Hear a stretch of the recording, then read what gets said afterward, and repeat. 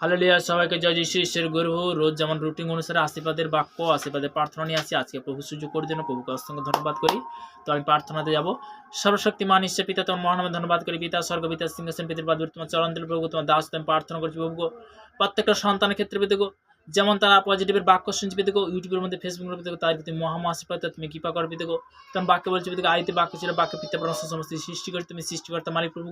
সে বাক্য অনুসারে পেতে তোমার কাছে বিনতি ইচ্ছে করে প্রার্থনা করছি পেতে পীড়িত তার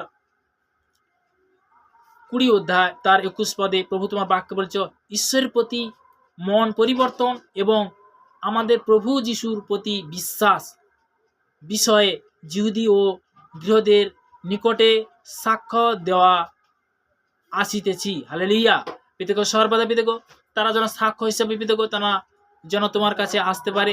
তাদের জীবনে পিতাগো রোগ থেকে, পীড়া থেকে, যন্ত্রণা থেকে, পাপ থেকে পরিত্রাণ করবো গো, তুমি উদ্ধার করবো গো। তোমার বাক্য বলেছি পিতাগো বিশেষ করে পিতাগো 2 বংশবলী তার 7 অধ্যায় 14 পদে যে আমার প্রজারা যাহার নাম করতে আছে তাদের নম্রা প্রার্থনা করে এবং আপনাদের কুপথে ফিরে আমি স্বর্গ হইতে আসেন, তাদের পাপ ক্ষমা করবো গো, তাদেরকে তুমি ক্ষমা করো, তাদের পরিত্রাণ করবো গো।